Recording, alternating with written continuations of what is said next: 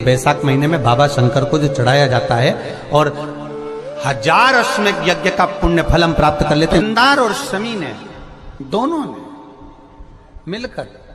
भगवान शिव की आराधना करी और देवादिदेव महादेवों ने वर दे दिया, सुनो शमी और सुनो मंदार, यदि कोई भूल से भी आपकी पत्ती आपका पुष्प मुझे समर्पित कर देगा, सुनो मंदार सुनो शमी, अगर कोई भूल से भी आपकी पत्ती आपका पुष्प मुझे समर्पित कर देगा, उसे 1000 अश्वमेध यज्ञ के स्नान का जो पुण्य होता है वो एक क्षण में प्राप्त हो जाए। 1000 अश्वमेध यज्ञ का पुण्य, 1000 अश्वमेध यज्ञ का पुण्य एक क्षण में प्राप्त हो। ये मंदार, ये शमी, 1000 अश्वमेध यज्ञ का पुण्य एक साथ। शमी की पत्ती देखिए आप लोगों ने, जम के तो बोले जरा, देखिए मंदार पुष्प भी देखा हुआ है। अब शमी की जो पत्ती होती है, उस शमी की पत्ती को भगवान देवादिदेव महादेव पर चढ़ाने का, शमी की पत्ती जो होती है उस शमी की पत्ती को चढ़ाने का एक नियम भी होता है। थोड़ा सावधानी से सुनना इस नियम को, जो आपके जीवन को सार्थक बना सकता है। शमी की पत्री को चढ़ाने का एक नियम है, बड़ा सुंदर नियम, आपके जीवन में उतारने लगे। महाराज, जब सारा श्रृंगार मेरे देवादिदेव महादेव का हो जाए, बहुत ध्यान से सुनना, ये प्रसंग आया नहीं पहले, आज अगर कुबेरेश्वर बाबा की पावन धरा पर यह प्रसंग निकला है तो उसको ध्यान से सुनिए। पत्ती, शमी की जो पत्ती होती है, उस शमी की पत्ती को कब, कैसे और कहां चढ़ाना चाहिए, और शमी की पत्ती का फल क्या होता है वो भी अभी हम समझ लें उसको। शमी की पत्ती, संपूर्ण स्नान भगवान का हो जाए, संपूर्ण स्नान आप समझें उसको। जैसे ये शिवलिंग है, जलाधारी, जल निकल कर जाने का स्थान, गणेश, कार्तिकेय, अशोक सुंदरी, जलाधारी मतलब माता पार्वती जी का हस्त कमल, शिवलिंग शिव का स्वरूप, ऊपर जो जलाधारी लगी है उसमें से एक एक बूंद जो पानी नीचे गिर रहा है, जो पानी नीचे गिर रहा है, शिव जी की बेटियां जया, विषहरा, शामली बारी, दौतली, देव, शिव जी की पुत्री बेटियां। जब देवादिदेव महादेव को शमी का पत्ता चढ़ाया जाता है, कब चढ़ाते हैं, जब आपने संपूर्ण जलाधारी को हाथ से साफ कर दिया हो, शिवलिंग पर जल चढ़ा दिया हो, शिवलिंग का पूरा श्रृंगार आपने कर दिया हो, संपूर्ण श्रृंगार मेरे देवादिदेव महादेव का हो गया, संपूर्ण श्रृंगार। बाबा को चंदन का लेपन, अबीर, गुलाल, अक्षत, बेलपत्र, धतूरा, जो भी तुम्हें चढ़ाना है सब कुछ तुमने चढ़ा दिया, सारा श्रृंगार मेरे देवादिदेव महादेव का हो गया। तब शमी की पत्ती को मां जगत जननी की जो जलाधारी है उस पर मात्र स्पर्श कराकर शिव के शिवलिंग पर आखिरी में समर्पित कर देना चाहिए, जिससे हमारी मन की जो कामना है वो मां जगत जननी देवादिदेव महादेव से उनके कानों में श्रवण कर। शमी पत्र का एक बात और स्मरण में रहे, शमी पत्र की बहुत एक बात और अपने स्मरण में लीजिएगा। शमी पत्र की जैसे शिवलिंग, जलाधारी और स्थान, जब बहुत ज्यादा मात्रा में दरिद्रता होती है, बहुत ज्यादा मात्रा में बहुत कष्टमय जीवन, जब तुम्हारी चित्त वृत्ति में आए, जब तुम्हारे मन में आए, धन भी नहीं है, पैसा भी नहीं है, बहुत दरिद्रता का जीवन है, बहुत दुखी जीवन, तब बेलपत्र और शमी पत्र का प्रयोग जरूर करके देखना। प्रैक्टिकल करने में कुछ नहीं जाता, प्रैक्टिकल करने में क्या जाता है, करके देखना। उस समय पर जैसे वो कहते हैं ना कि कोई कहने वाला कह दे कि महाराज जी,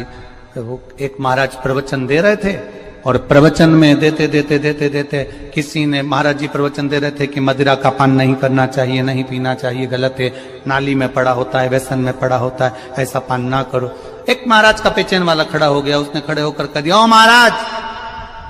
तुम इतनी बड़ी बड़ी बात कर रहे हो, तुम्हारा सगा भाई तो पी के नाली में पड़ा, गटर में पड़ा। महाराज जी को क्रोध नहीं आया, समझ थी। महाराज जी ने कहा भैया देख, मैं भी प्रवचन दे रहा हूं, मेरा भाई भी प्रवचन दे रहा है, मैं मुंह से समझा रहा हूं कि पीकर लोग नाली में गिरते हैं, गटर में गिरते हैं। मेरा भाई प्रैक्टिकल करके दिखा रहा है कि मत पिया। प्रैक्टिकल वाली बात है। शमी पत्र, बेलपत्र का एक बार जीवन में प्रैक्टिकल कर देखना, प्रैक्टिकल करना। जैसे आपको कहा कि आपका विश्वास अगर पक्का है, भरोसा अगर दृढ़ है, और शंकर के प्रति अगर आपका विश्वास पक्का है, शंकर कह रहे हैं, मां उमा से, मां पार्वती से, मेरा महेश कह रहा है, मेरा बाबा भोलेनाथ, मेरा बाबा विश्वनाथ, मेरा त्रिकालदर्शी कैलाशी अविनाशी कह रहा है कि हे पार्वती,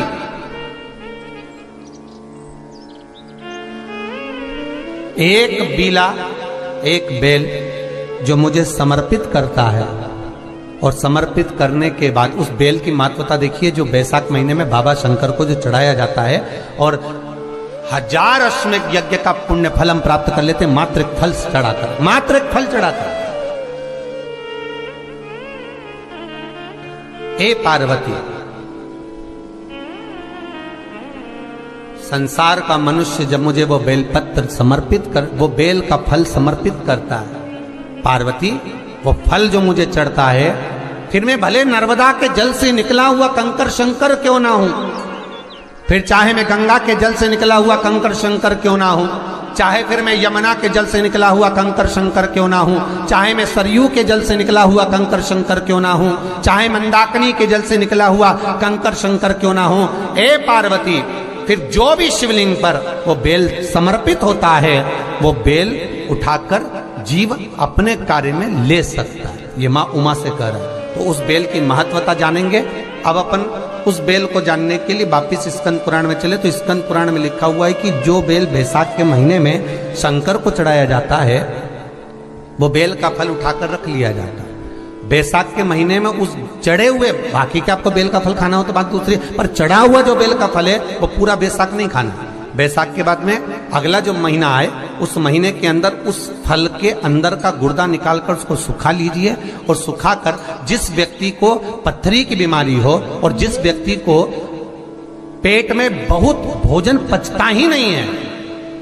पूरा शरीर पाचन क्रिया बेकार हो गई, उस व्यक्ति को केवल 7 दिन तक शंकर पर चढ़ा हुआ वो बेलपत्र प्रदान कर दीजिए, पथरी भी बाहर और पाचन क्रिया भी ठीक, जिंदगी भर तकलीफ नहीं। उस बैसाख में उस फल की इतनी महत्वता बाबा भोलेनाथ स्कंद पुराण, लिंग पुराण, नर्मदा पुराण, पद्म पुराण के अंतर्गत, शिव महापुराण के अंतर्गत वर्णन कर, उसकी महत्वता है। वो बेल का फल साधारण नहीं हो सकता। अब मंदार का जो पुष्प होता है, आंकड़े का जो फूल होता है, एक सफेद कलर का भी होता है और एक गुलाबी कलर का भी होता है। देखा है आप लोगों ने? बोलो, जम के बोलो, देखा है ना? गुलाबी कलर का जो पुष्प होता है वो आप मंदार का, आंकड़े का जो गुलाबी कलर का पुष्प होता है, आप टीवी पे देख रहे होंगे, एक सफेद देख रहे होंगे, एक मंदार का गुलाबी फूल, नीला कलर का फूल देख रहे होंगे। जो नीला कलर का जो पुष्प होता है, गुलाबी कलर का जो आंकड़े का फूल होता है, प्रयास करना, जब किसी विषम परिस्थिति में फंस गए, विषम परिस्थिति, जब आपको लग रहा है कि मुझे बहुत भय लग रहा है, कुछ बुरा होने वाला,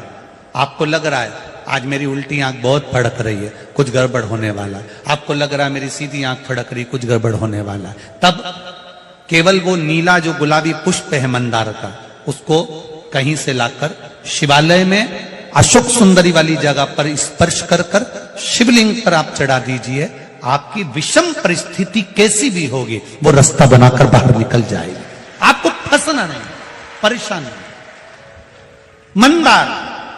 आंकड़ा, सफेद आंकड़े का पुष्प भी भगवान शिव को समर्पित होकर, जैसे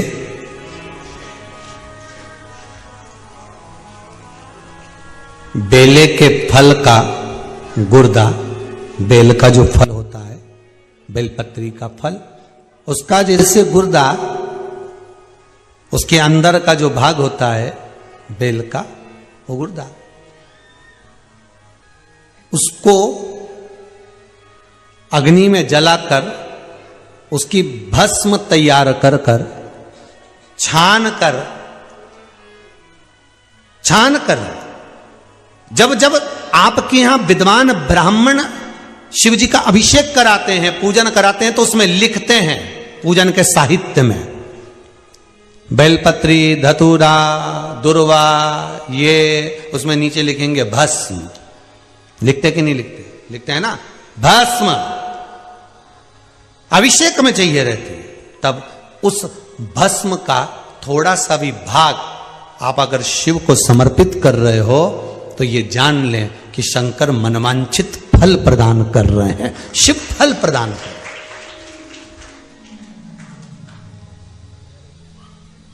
महाराज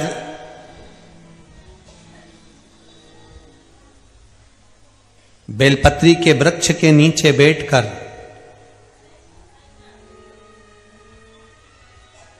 हाथ में एक बेलपत्र का पत्ता रखकर आप पंचाक्षर मंत्र नमः शिवाय, ओम नमः शिवाय या श्री शिवाय नमस्तुभ्यम